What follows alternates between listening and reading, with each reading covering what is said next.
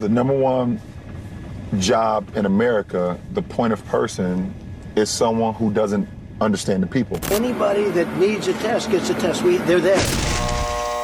The lie detector determined that was a lie. It is a failing. The idea of anybody getting it easily, the way people in other countries are doing it, we're not set up for that.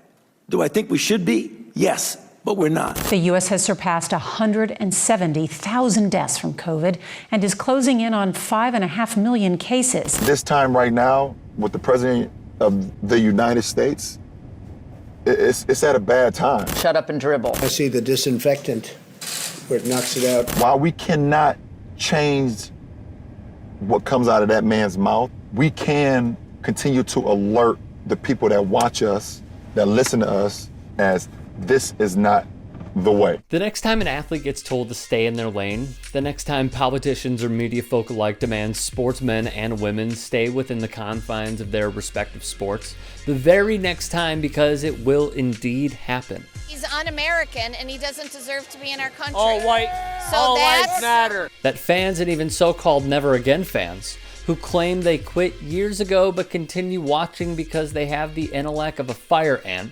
provide them the examples we have provided through the years of why sticking to sports is never an option, and maybe even start here. This test, which would require just a small bit of saliva, it doesn't need the same reagents and swabs that have been the rate-limiting step to being able to create testing at scale in this country. It really could be a game changer if we can deploy it. Now, the NBA funded the test development. I'm sorry, who did?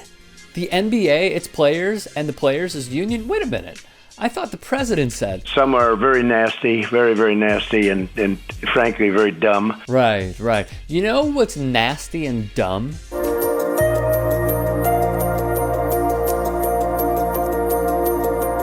The Washington Post reports the Trump administration is trying to block billions of dollars to states for testing and tracing. The system is not really geared to what we need right now. You know what's very, very nasty and frankly dumb?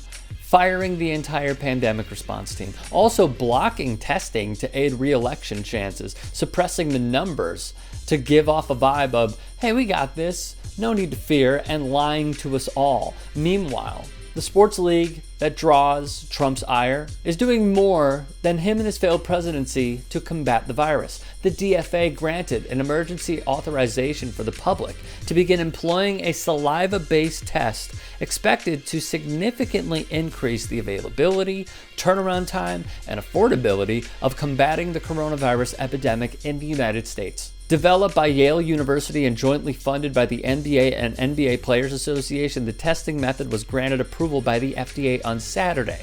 The test, known as Saliva Direct, is simpler, less expensive, and less invasive than the traditional method for such testing, Yale said in a news release Saturday. The test uses saliva samples to detect COVID-19. Saliva Direct is non-invasive and requires just a small sample, reducing risk for healthcare workers collecting samples. Knowing Trump, he'll likely copy and paste the idea while taking credit, like a familiar group we are all aware of. Nathan Grubow, one of the researchers who developed the test, said he expects labs to charge about $10 per sample. Why is this important? As Yahoo puts it, while other saliva tests for COVID-19 have been developed and also received FDA approval, there have been complications with costs from $75 to $150 per test at the retail level.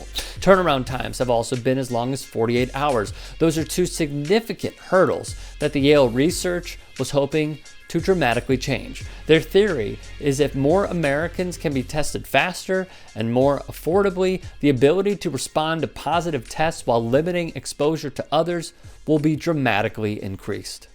If you'd like to hear more thought-provoking content like TYT Sports on Facebook and to help in my journey to keep media independent, go to tyt.com/Rick.